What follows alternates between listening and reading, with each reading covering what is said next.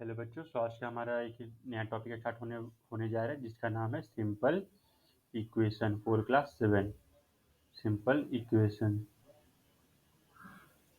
इसका इसका एक क्लास 6 का भी टॉपिक है। तो वहाँ पे ये इक्वेशन बेसिकली होते क्या चीज़ है, तो वो ये बेसिकली पार्ट है अलजेब्रा का। ये पार्ट है हमारा अलजेब्रा का।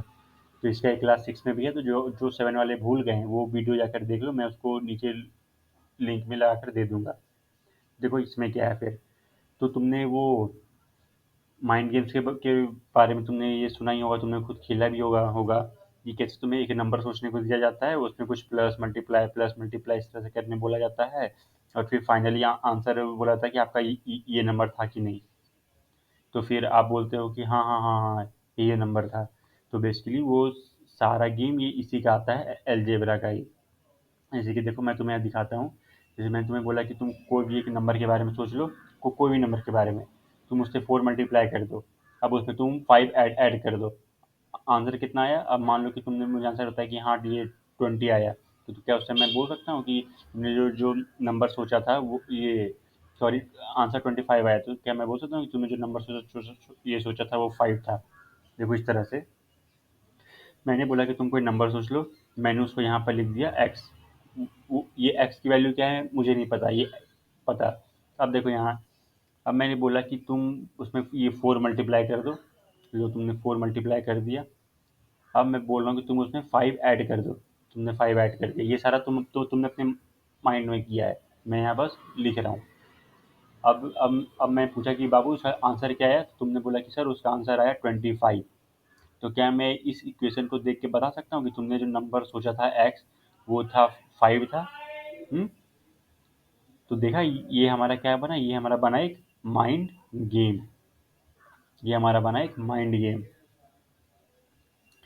दूसरी से कुछ और एग्जांपल ले लो। जैसे कि मैं तुम्हें बोला तुम दोबारा किसी नंबर के बारे में सोचो और उसको तुम 10 से मल्टीप्लाई कर दो। तुमने कोई नंबर सोचा, लेट से मैंने उसको लिख दिया वाई। मैंने उसको बोला कि तुम ये 10 से मल्टीप्लाई कर दो। तुमने कर दिया 10 से।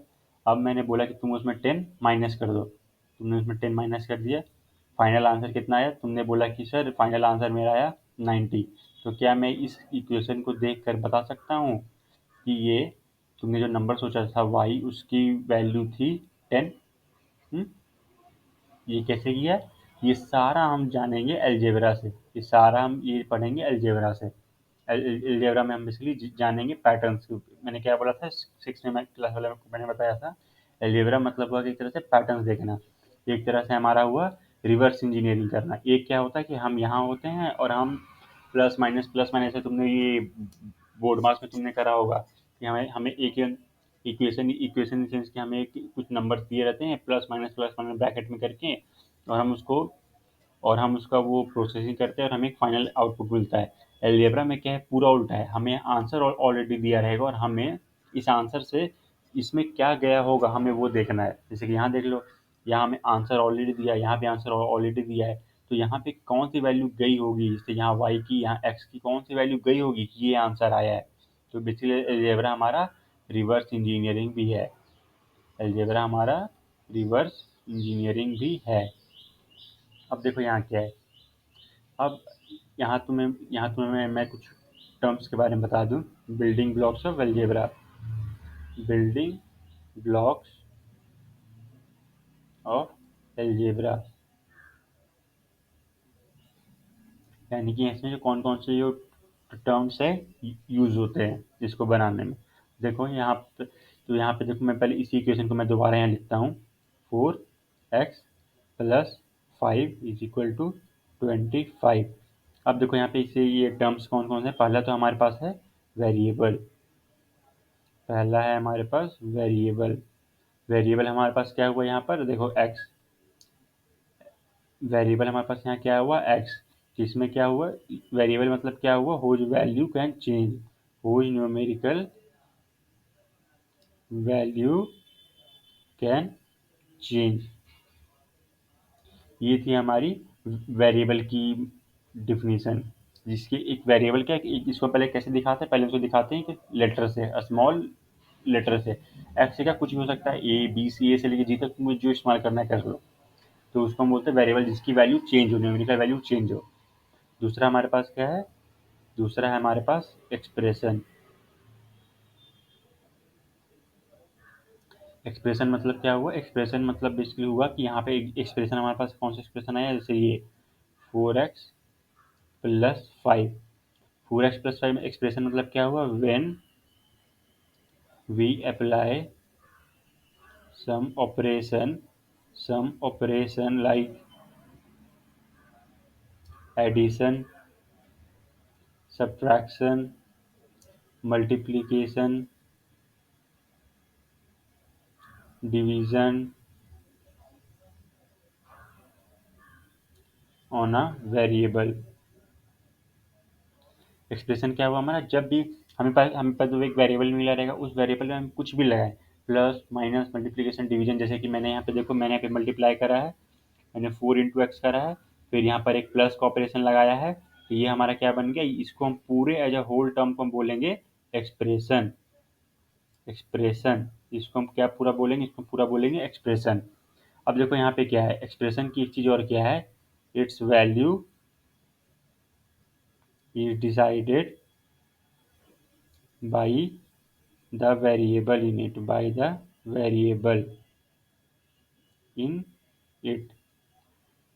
इस एक्सप्रेशन की यहाँ 4x+5, जैसे कि अगर मैं ये एग्जाम्पल भी लिख लूँ, 10y-10 इज इक्वल टू 9, अगर मैं इसमें भी लिख लूँ, तो y हमारा क्या वेरिएबल होगा, और ये पूरा हमारा एक एक्सप्रेशन है, ये पूरा हमारा एक एक्सप्रेशन है।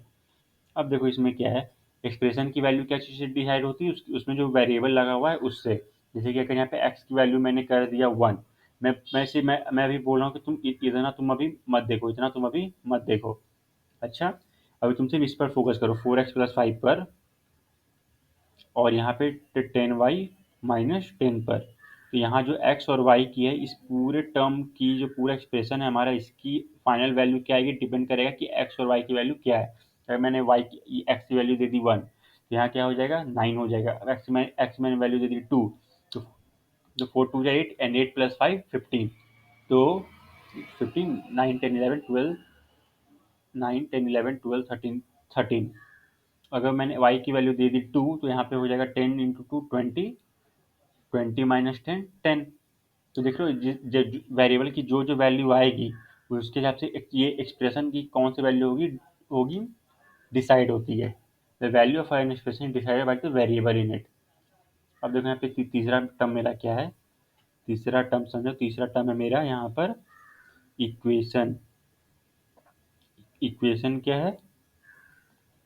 इक्वेशन है मेरा, जैसे कि इक्वेशन में हमारा क्या होगा, यहाँ पर इक्वल टू 25 मैंने पूरा लिख दिया। ये ये जो था, ये मैंने पूरा लिख दिया। तो ये इक्वेशन से हमारा क्या आया है यहाँ पर, ये एग्जाम्पल मैंने यहाँ सारा लिखा है, जितने भी मैंने यहाँ पे लिखे हैं इस ब्रैकेट में, सारे एग्जाम्पल हैं करके। तो ये इक्वेशन हमारा क्या, इक्वेशन हमारा हो गया condition, condition on a variable. Condition on variable मतलब क्या? देखो यहाँ पर समझो, यहाँ पे x की वैल्यू मैंने क्या था, x की वैल्यू यहाँ पे कुछ भी हो सकती है। मैंने यहाँ पे ये बता दिया कि x की वैल्यू कुछ भी हो सकती है, पर जैसे ही मैंने यहाँ पे इक्वल टू साइन लगाया कि 4x+5 जो एक्सप्रेशन है मेरा, इस एक्सप्रेशन की वैल्यू 25 के बराबर होने चाहिए।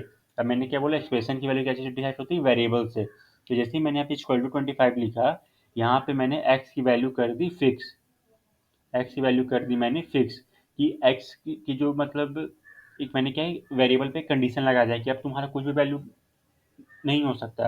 अब तुम्हारा सिर्फ वही वैल्यू होगा वेरिएबल की, जो इस जो इस पूरे इक्वेशन को सेटिस्फाई करे। इस इक्वेशन को satisfy satisfy in the sense कि ये जो हमारा इस तरफ हम बोलते हैं LHS, यानी कि लेफ्ट हैंड साइड, और इक्वल टू के इस तरफ हम बोलते हैं RHS, यानी कि राइट हैंड साइड। तो हमने क्या किया कि इक्वेशन लिखने से क्या हुआ, जिसमें इक्वल टू होता है, ये भी यहाँ पे लिख देता हूँ मैं, it must have equality sign, it must have a have an equality sign, equality sign, कौन सा साइन? ये वाला। तो जैसे ही मैंने एक एक्सप्रेशन में पर मैंने इक्वल टू साइन लगाया, वो बन गया हमारा इक्वेशन है। इक्वेशन क्या होता है? एक वेरिएबल पे कंडीशन, इन दिस सेंस कि वेरिएबल की वैल्यू कुछ भी हो सकती थी, पर मैंने बोल दिया कि तुम्हारी वेरिएबल सिर्फ इस राइट हैंड साइड में जो वैल्यू दी, इसी के बराबर ही होगी। तो यहाँ तुमने क्या किया, यहाँ तो हमने वेरिएबल पे कंडीशन लगा दी कि अब तुम्हारा वैल्यू कुछ भी नहीं हो सकता, तब तुम्हारा वैल्यू सिर्फ वही होगा जो इस राइट हैंड साइड वाले को सेटिस्फाई करे, यानी कि उसके बराबर हो जाए, यानी कि हमारा L H S equal to R H S हो जाए। तो मैंने एक्स की वैल्यू फिक्स कर दी, यहाँ पे एक्स की वैल्यू फिर हमारे पास क्या आ गई, एक्स की वैल्यू हमारे पास आ गई 5।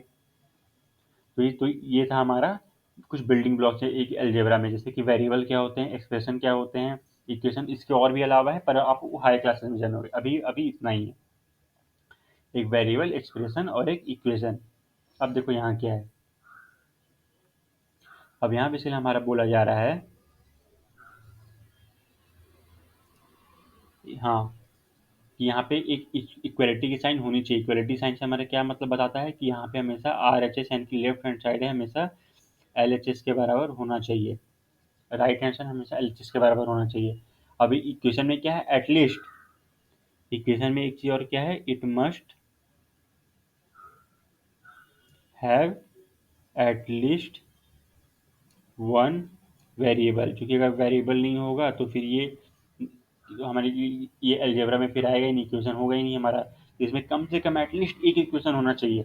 और हाँ, इसके ये दोनों साइड भी इक्वेशन हो सकते हैं, जैसे कि मैंने यहाँ पे लिख दिया 4x+5 is equal to 5x। इसको ऐसे भी मैं लिख सकता हूँ कि एक्स है ना, देखो यहाँ भी वेरिएबल है, यहाँ भी वेरिएबल है, तुम एक्स की वैल्यू यहाँ पे 5 दो, तो यहाँ भी 5 दो, देखना ये R H S equal to L H S हो जाएगा। तो यहाँ पे जरूरी नहीं कि एक ही साइड वेरिएबल हो, ये दोनों साइड भी हो सकते हैं, पर एटलीस्ट एक साइड होना चाहिए, तो हमारा वो इक्वेशन होगा। अदरवाइज ये दोनों जगह भी हो सकते हैं। और इसको कैसे सॉल्व करेंगे, इसको भी हम ये आगे के क्लासेस में जानेंगे। तो ये था हमारा कुछ ये building block block of algebra, ये था हमारा। अब देखो इसको पढ़ते कैसे हैं, ये जो हमारा मैंने यहाँ पे इक्वेशन लिखा है इसको हम इस तरह पढ़ते हैं कि 4 टाइम्स, अगर मैं इसको इंग्लिश में लिखना चाहूँ तो 4 times of a number X and and adding 5 to it is 5 times of that number, is 5 times of that number. देखो ये यहाँ मैंने क्या करा, यहाँ मैंने इस इक्वेशन की इंग्लिश लिख दी, इंग्लिश यानी समझ लो अंग्रेजी। इस इक्वेशन का मुझे इंग्लिश में बताना हो तो मैं इस तरह से इसको पढ़ सकता हूँ। और भी बहुत तरीके हैं, जैसे कि 5 adding to the number of which is 4 times of it is equal to 5 times of that number, किसी भी तरह से लिख सकते हो। मैंने यहाँ पे एक जनरल इंग्लिश लिख दी कि 4 times of a number X and adding 5 to it is 5 times of that same number. समझ गए? तो ये था हमारा ये बिल्डिंग ब्लॉक ऑफ एल्जेब्रा। और इसके आगे हम फिर और जानेंगे कि ये क्वेश्चन हमारा सॉल्व कैसे होता है, तो वो हम जानेंगे आगे के क्लासेस में। इस क्लास में इतना ही बच्चों, अगर आपको इसको लेके कोई भी प्रॉब्लम है तो आप नीचे कमेंट सेक्शन में लिख दो, मैं वहाँ पर देख लूँगा। तो मिलेंगे अगली क्लास में। Thank you.